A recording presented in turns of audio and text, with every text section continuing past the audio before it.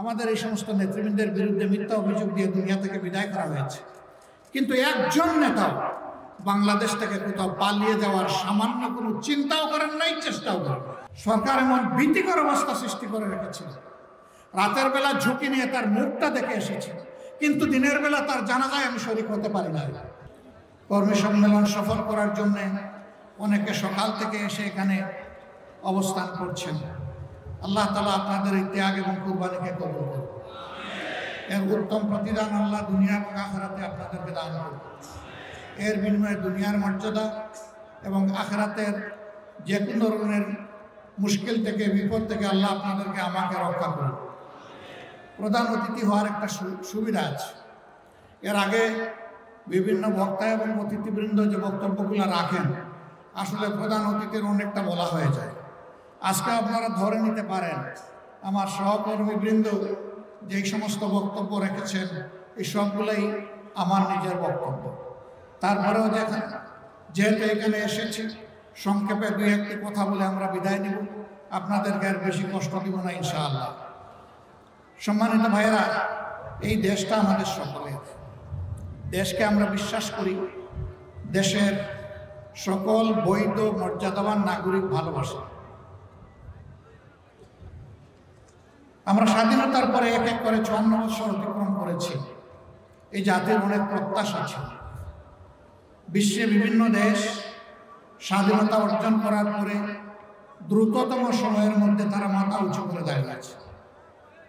আমরাও সেরকম মাথা উঁচু করে দাঁড়াবো, এটা ছিল আমাদের আশা। কিন্তু বাস্তবে সে আশা অনেক ক্ষেত্রেই পূরণ হয়নি। আমি যদি বলি যে একেবারেই পূরণ হয়নি, তাহলে কথাটা সত্য হবে না। কিন্তু পূরণ হওয়ার বিশাল প্রত্যাশা মানুষের ছিল, তার খুব কমই পূরণ হয়েছে। যেমন একটা স্বাধীন বিচার ব্যবস্থা এখন আমরা পেলাম না।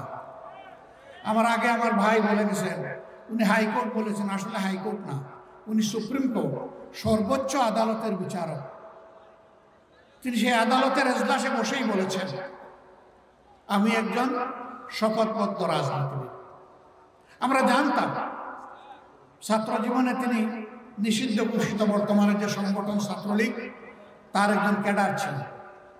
এরপরে তিনি ওই সংগঠন থেকে বের হয়ে আর একটি বিদ্রোহী সংগঠন বাকশাল ছাত্রলীগের ক্যাডার ছিলেন। কিন্তু আমরা ধারণা করেছিলাম বিচারের আসনে বসার পরে তারা বিচারকের আচরণ করবে। দুইজন এই কথা বলেছিলেন।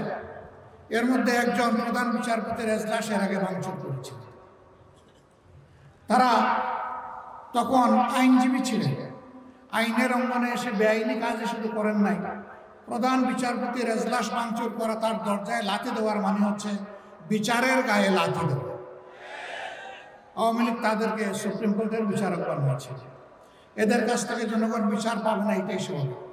তাই ও বিচারের শিকার হয়ে আমাদের 11 জন কলিজার টুকরা শীর্ষ নেতৃবৃন্দ তারা দুনিয়া থেকে বিদায় নিয়েছে। কাউকে ফাঁসিতে ঝুলানো হয়েছে, কাউকে মৃত্যুর দিকে ঠেলে দেওয়া হয়েছে। আল্লামা গোলাম আজম রাহিমাহুল্লাহ থেকে শুরু করে আল্লামা দিলাওয়ার হোসেন সাঈদী পর্যন্ত সকলকে, তাদেরকে ঠান্ডা মাথায় বিচারের নামে হত্যা করা হয়েছে। আল্লাহ তাআলা সকল সুকর্ম এবং অপকর্মের পাওনা যথাযথভাবে এই মানুষকে একটা জায়গায় পরিপূর্ণভাবে দেবেন। সূরা জিলজালের শেষ 2 আয়াতে আল্লাহ এটা ঘোষণা করেছেন, ফামান ইয়ামাল মিসকালা যাররাতিন খাইরান ইয়ারা ওয়া মান ইয়ামাল মিসকালা যাররাতিন শাররান ইয়ারা। যে সূক্ষ্মাতি সূক্ষ্ম সূচের অগ্রভাগ পরিমাণ ভালো কাজ করে আমার কাছে আসবে, অবশ্যই আমি তাকে তার পরিপূর্ণ প্রতিদান নিজ হাতে দান করব। আবার যে ওরকম সূক্ষ্মাতি সূক্ষ্ম অপকর্ম করে আমার কাছে আসবে, তারও পাওনা আমি সেদিন চুকিয়ে দেব। কিন্তু দুনিয়াকে আল্লাহ কিছু দিবেন না? হ্যাঁ, আল্লাহ বলেছেন দুনিয়ায় দেব। যারা অপকর্ম করবে আমি দুনিয়ায় তাদেরকে অপমানিত করবো, লাঞ্ছিত করব। অধ্যাপক গোলাম আজম, তাকে অনেক মিথ্যা গালি দেওয়া হয়েছে, অপবাদ দেওয়া হয়েছে, জেলের মধ্যে তাকে মৃত্যুর দিকে ঠেলে দেওয়া হয়েছে। সেই সময় বিরোধী দলের হরতাল অবরোধ চলছিল, যখন তিনি দুনিয়া থেকে বিদায় নেন। সারা বাংলাদেশের আমাদের কর্মীদের আবেগের ঠিকানা ছিলেন তিনি। সেই দিনটি যদি যান চলাচল করত, সেদিনের দৃষ্টি কী হতো আমি জানি না, কিন্তু অবস্থা খুব ভয়াবহ ছিল। আমি তখন বাংলাদেশ জামাত ইসলামের সেক্রেটারি জেনারেলের দায়িত্ব পালন করছি। সরকার এমন ভীতিকর অবস্থা সৃষ্টি করে রেখেছিল, রাতের বেলা ঝুঁকি নিয়ে তার মুখটা দেখে এসেছে, কিন্তু দিনের বেলা তার জানাজায় আমি শরীক হতে পারি না। এরকম শুধু আমি না, এরকম লাখো লাখো মানুষ এই সুযোগ নিতে পারে না। তারপরেও তার জানাজা ছিল অভূতপূর্ব, লোকে লোকারণ্য, চতুর্দিক। আল্লাহ তাআলা যাকে সম্মান দেন তার সম্মান কেউ কেড়ে নিতে পারে না।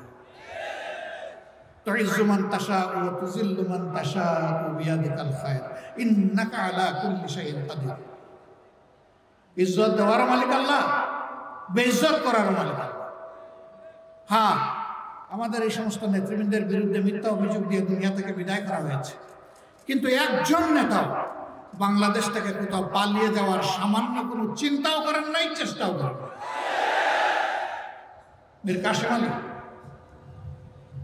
ইনি তো আমেরিকায় ছিলেন, আমাদের সংগঠন বলে নাই, তার দরদি বন্ধুরা বলেছিল don't come back to Bangladesh, বাংলাদেশে ফিরে আসবেন না। তিনি বলেছেন কেন? বলেছে আপনার বিরুদ্ধে মিথ্যা মামলা দিয়ে আপনাকে অপমান করবে। তিনি বলেছেন যদি আমার বিরুদ্ধে মিথ্যা মামলা দিয়ে আমাকে অপমান করে, আমি আদালতে এজলাসে দাঁড়িয়ে বলবো আমার বিরুদ্ধে সমস্ত অভিযোগ মিথ্যা। আমি বিদেশে বসে এই অপমানজনক জীবনযাপন করতে চাই না, আমি পলাতক, একথা আমি শুনতে চাই না, বরঞ্চ অন্যায়ের বিরুদ্ধে আদালতে গিয়ে আমি লড়াই করব। সেই লড়াই দুনিয়ায় যদি জিতি আলহামদুলিল্লাহ, না হয় আদালতে আখেরাতে আমি অবশ্যই জিতব। এই ইয়াকিন, এই কারেজ, সৎ সাহস নিয়ে তিনি দেশে ফিরে এসেছিলেন। তিনি জানতেন কি হবে, দেখতে পাচ্ছিলেন কি হবে, কিন্তু না, তিনি পালিয়ে থাকেননি। তিনি হতাশ হন, ভয় পান।